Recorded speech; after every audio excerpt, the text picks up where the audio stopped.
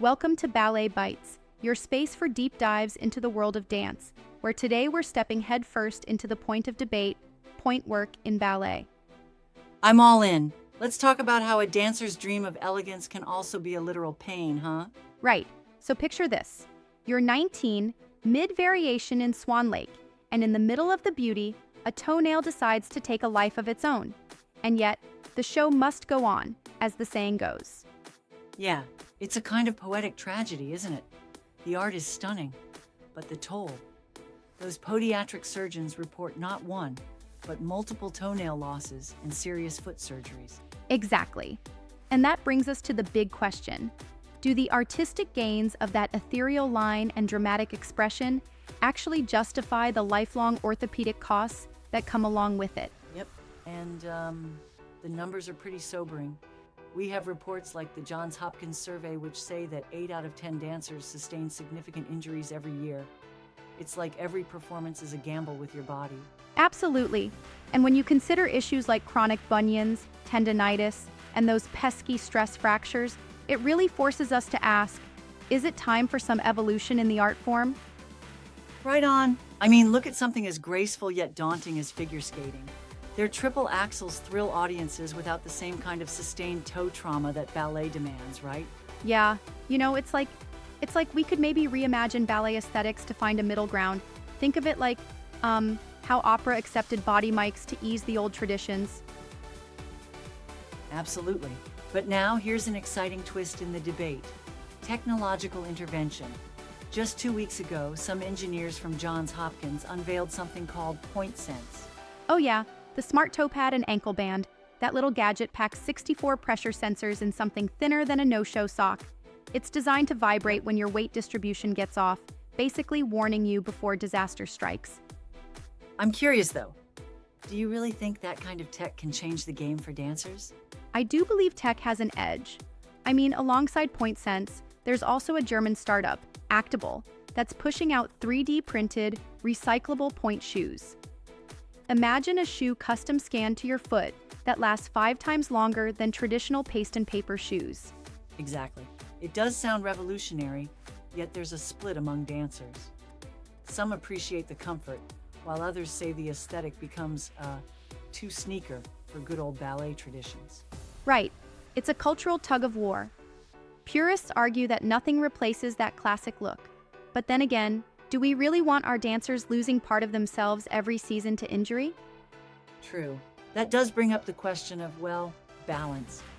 And speaking of balance, what about when dancers should even start point work? Good point. The recommended safe age, according to most orthopedists, is between 12 and 14 when the growth plates start hardening. Yep.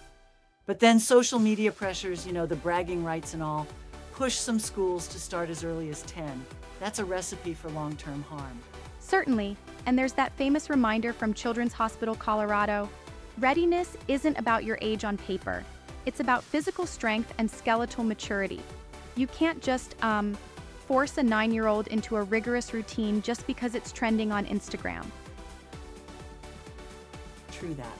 And of course, if delaying point hurts scholarship chances, then it's a systemic issue, an institutional pressure cooker rather than a simple parental decision. Right.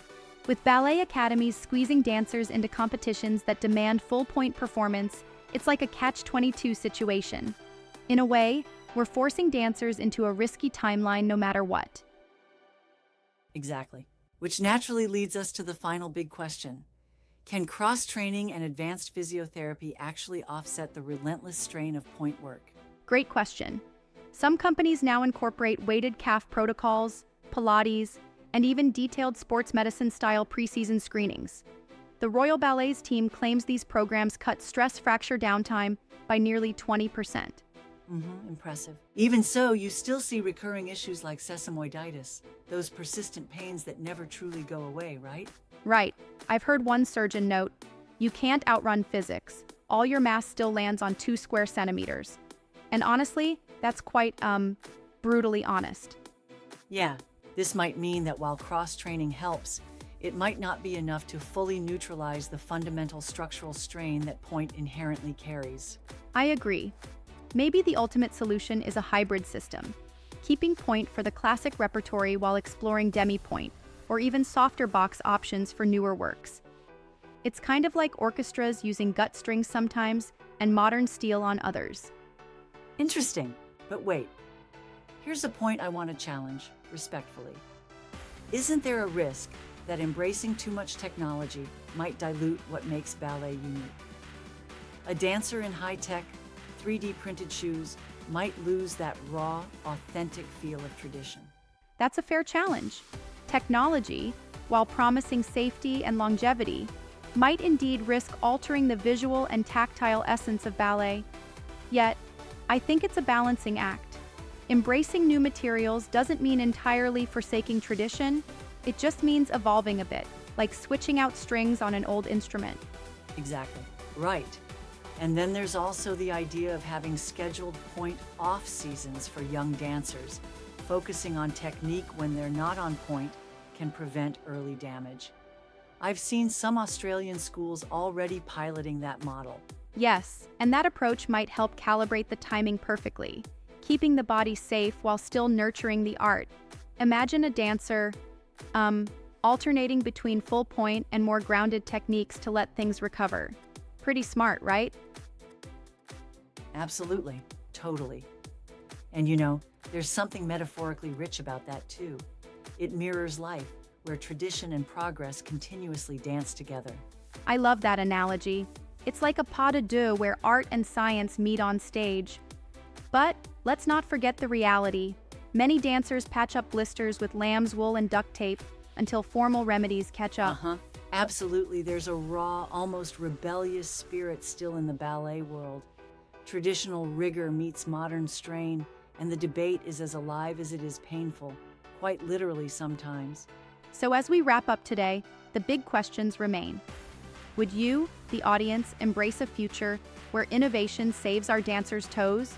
Or do you prefer ballet to keep its long-standing, albeit treacherous, traditions? Right on. And the choices for our young dancers. Should we push them into point work early for future accolades, or wait until they're physically ready, even if that means sacrificing a few competitive opportunities? It's a true balancing act. Every extra season in Pointe could mean less time in the operating theater and more mesmerizing performances. But at what cost to soul and structure? It's like trying to choreograph progress while tiptoeing on the edges of tradition. Indeed. Ultimately, whether it's through smart textiles, advanced cross-training, or creating a new aesthetic altogether, the conversation is far from over.